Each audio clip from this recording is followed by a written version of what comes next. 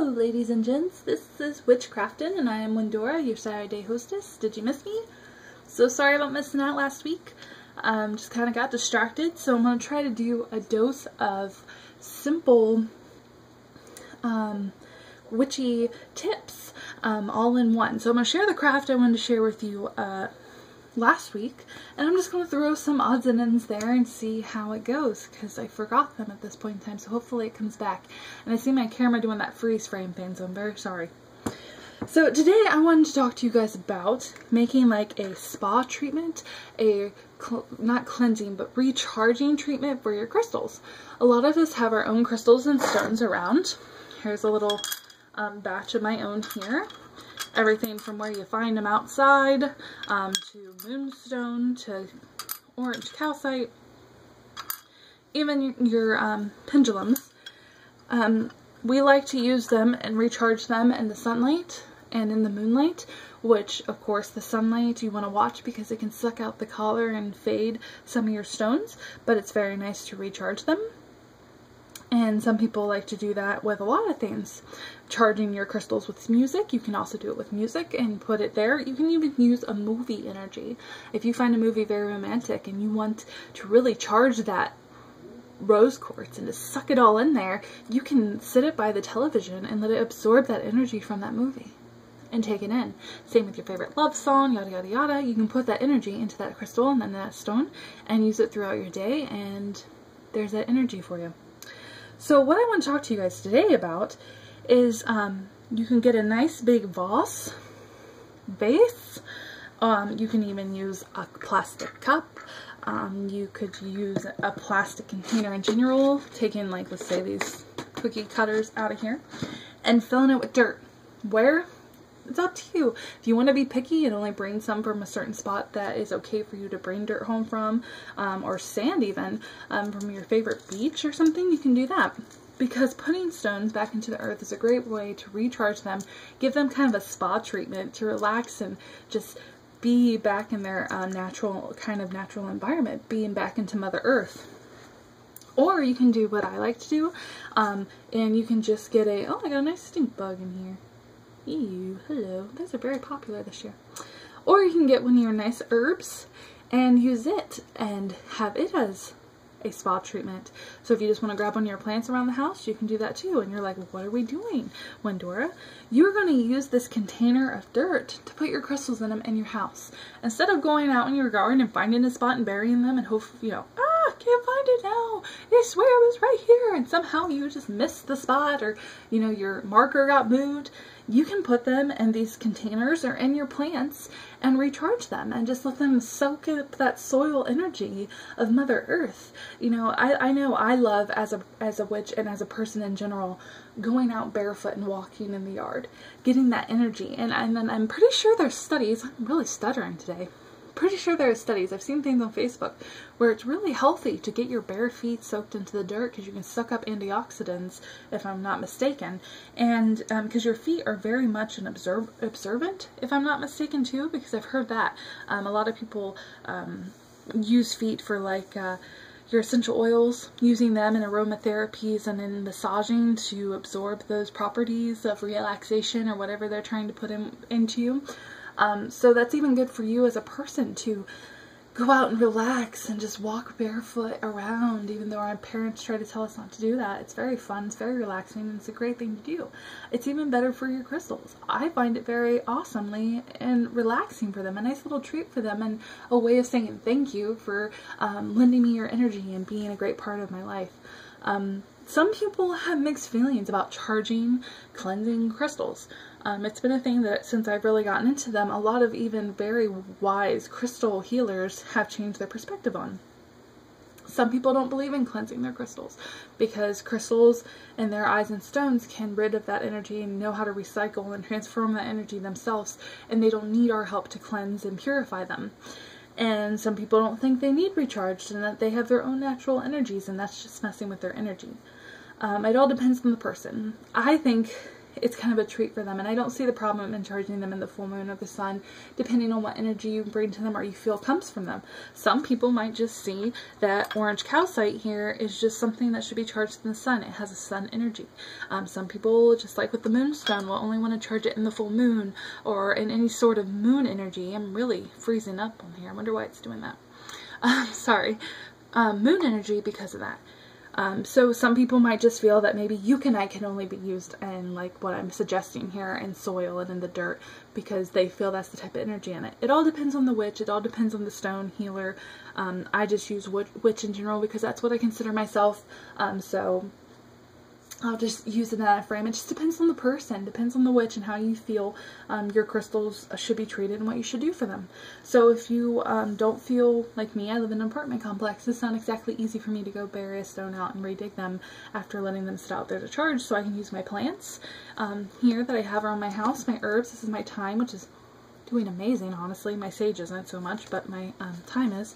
You can do it in some plastic containers. I mean, if it's not moist dirt, I think it should be fine. You want to make sure you don't have a whole bunch of bugs in them and stuff, but it would be nice and handy to have around. You could decorate if you put them in like a glass container or a plastic container. You can decorate them if you would want to, and that'd be a great, nice tip for that. Something else I wanted to tell you guys is, as a witch, we all get so excited about decorating our altars and having them around and making them pretty. And we go, and some of us feel drawn to go and buy very expensive fabrics and tablecloths and altar cloths. Excuse me, or I should just say altar cloths for our altar. You know, the very fancy ones seem to be that are mainly chosen are the ones with the pentacle or pentagram on them to put on the altar. Or anything that you can buy from a metaphysical shop. A lot of people like to use and feel that they should have to make their altar whole. Sometimes that is what you need because that's what you feel in your heart, but some people do it because they want to fit in. You know what I mean? When we first begin, we think we have to have everything from the witchy shop on our altar. It can't just be things we pick up from everyday stores. But really, I was one of those people. That's why I'm saying this. I come from personal experience. Finally, I broke out of that and I was like, I'm going to make my own. So I started going and buying fabric, which I can't get it back to the original shape. But this came with a whole bunch of pieces of fabric, which were all like wrapped up like this from Walmart. I've seen them at Meijer's. I've seen them at craft stores. And I used this, which it unfolds into a nice size. And I bought like lace liner. Let me show one that I have finished. Some lace, which is really cheap, or some ribbon. And I tied it around the end. So this fabric was just like this one here. And I didn't tie it, I sewed it. And then I sewed this around the end. And this is perfect for a little altar. I got a little wax on it, as you can see. And I use this for my divination. Some people like to use fabric to cleanse the space and only have that type of energy while they're doing readings. And you can carry this around, fold it up, and put it in your purse or in your divination bag. And then you have your own, you've made your own altar cloth or divination cloth. You can always just buy regular tablecloths. This has been my Yule tablecloth for many years, and it's just a regular tablecloth that would actually fit perfect on my kitchen table because it's actually a round cloth, and I just bought it on sale. No fancy thing about it, just a regular tablecloth, and it goes on my altar. And I think it came from Target. You can always layer them. Up here right now I have a dress that the fabric was really thin and I kept tearing it, but I loved it so much. And then I have these little pieces from where I made drawstring bags with them, which you can also do with this material, is just make some drawstring bags with them. And you can Google that here on YouTube, and they're really easy to make. It's just folding things inside out and stitching them and adding some string and pulling them shut. Maybe I'll do a video on that if you guys want me to. Give me a holler and I'll do it for you. But anyways, back to the altar. If you have little pieces of fabric, you can get these the same. I think I paid maybe so many cents for this little piece of fabric. And you have other fabric laying around, maybe you bought it, or like me, like this dress I was talking about, the fabric was really thin. I went ahead and just used it on my altar here. And I just added this extra fabric back here to give it more character. See how it kind of gives it more character, minus all my stuff over here? And the same with this one. It just has a little more. And I also have used this fabric from everything from, like, if you look underneath my quartz mama, I made that pillow for her so she can sit on it. You can do that for anything. You can use it for a statue, make her own little pillow or him, depends on what deity you're talking to. And, you know, it's just really let your mind go. Let your mind go and you'll come up with all these amazing crafts to do just by going to the store and buying cheap fabric. You don't have to go and buy the, you know, so many threads and 100% cotton or hem or whatever. You can just really let your energy flow. You can find an old skirt. Let's say you fall in love with a skirt and you're at a yard sale and you can't wear it and it just screams divine to you and you're just loving it. Maybe you can buy it and turn it into an altar table cloth. I did. You know?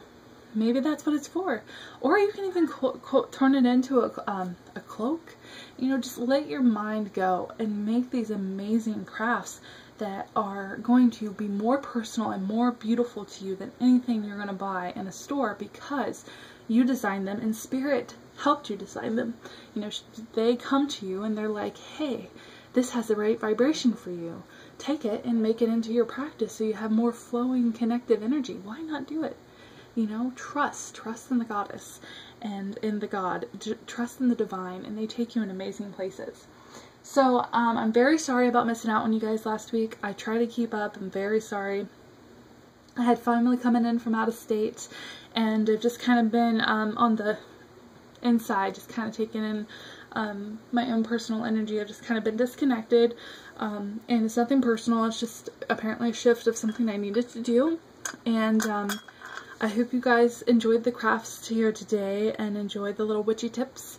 And if you want me to do my own tutorial on how I do my drawstring bags, I would gladly do them. I don't think I have one nearby. I would show you. And yeah, so peace, love, and light, guys. Thank you for another awesome episode. Or no, thank you so much for watching. It's so great hearing your comments and everything. I do get to them. Sometimes it's later than usual, but I do try to get to them and respond to every one of them. And we are loving that you guys are participating in the Witchcrafting giveaway. Definitely look into that. We would love to see you guys share what crafts you have done of ours and what you enjoyed of them and so on. And if I'm not mistaken, we are doing the drawing. Oh goodness, when are we doing the drawing? See, this is how disconnected I've been. I don't know, I think we're doing it on Samhain. I'm not sure for sure. Definitely check out May's video a couple weeks ago, because that's when she's the one who announced it and the details. So definitely go check that out if you are like, what giveaway are you talking about? Because I know someone didn't catch it before. And check that out and get the info so that you can be entered into our giveaway. And I don't think the deadline's up yet. My goodness, I really should check on that stuff before I say it and run my mouth. So I will shush now before I put my foot in my mouth anymore. So I love all of you. Peace, love, and light. And I'll see you guys next Saturday on Witchcrafting. Bye!